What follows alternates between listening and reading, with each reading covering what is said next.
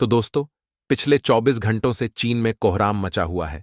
चीन के राष्ट्रपति शी जिनपिंग, जो अपने महल से नहीं निकलते, अब तो दूसरे देशों की यात्रा भी उन्होंने छोड़ दी है। वह रातों रात भागे भागे पहुंचे हैं तिब्बत, और तिब्बत के जो बौद्ध मंदिर हैं, जिन्हें अभी तक उन्होंने तोड़ने का काम किया था, हजारों की संख्या में अब उन्हीं बौद्ध मंदिरों का दौरा करते रहे हैं। इतना ही नहीं, तिब्बत के लोगों से सड़कों पर घूम घूम कर बात कर रहे हैं, उन्हें मनाने की कोशिश कर रहे हैं। क्यों? इसका कारण है ये फोटो।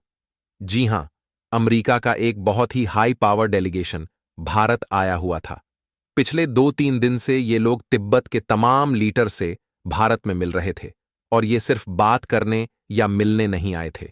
दरअसल कल इन्होंने दलाई लामा से मिलकर उन्हें तिब्बत विंग एक्ट दे दिया है।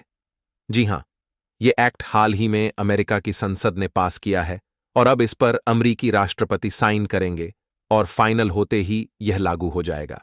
इसके बाद अमेरिका की विदेश नीति में ऑफिशियल यह जुड़ जाएगा कि तिब्बत एक विवादित इलाका है, कि चीन का पूरी तरीके से हिस्सा नहीं है। तिब्बत पर बातचीत होनी चाहिए चीनी सरकार की दलाई लामा और तिब्बत के लोगों के साथ। इतना ही नहीं, अमेरिकी सरकार अब दबाव में लाना शुरू करेगी चीन को कि बातचीत की टेबल पर आओ और तिब्बत पर बात करो। अगर बात नहीं करोगे तो अमेरिका दुनिया की तमाम जितने भी संगठन हैं, इसके अलावा जितने भी बड़े ग्रुप हैं, यूनाइटेड नेशन की सिक्योरिटी काउंसिल, इन तमाम जगह हो पर इस तिब्बत के मुद्दे को उठाएगा। और जब अमेरिका उठाएगा तो उसके साथ पाएंगे 40 से ज्यादा यूरोपियन देश और अन्य जो दुनिया भर में उसके एयरलाइंस है, सब तिब्बत का मुद्दा उठाएंगे, और उसके बाद लगेगी चीन की लंका। यही कारण है कि जैसे ही लिए एक्ट दलाई लामा को सौंपा गया, चीन में खलबली मच गई। शी जिनपिंग अपने महलों से बाहर निकले और तुरंत उन्होंने द्वारा किया तिब्बत का। जी हां, इस समय शी जिनपिंग तिब्बत में है। 24 घंटों से लगातार वह टिके हुए हैं, मंदिर मंदिर घूम रहे हैं।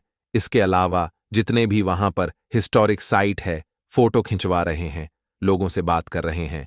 जी हां, आम लोगों से, जिन पर अब तक पीएलए यानी कि चीन की सेना की लाठियां बसती थीं। आज उनसे चीन का राष्ट्रपति जाकर खुद बात कर रहा है। इससे आप अंदाजा लगाइए कि इस हाई पावर कमेटी का भारत में जो दौरा हुआ है, यह चीन को कितनी भयंकर दबाव में ले आया है।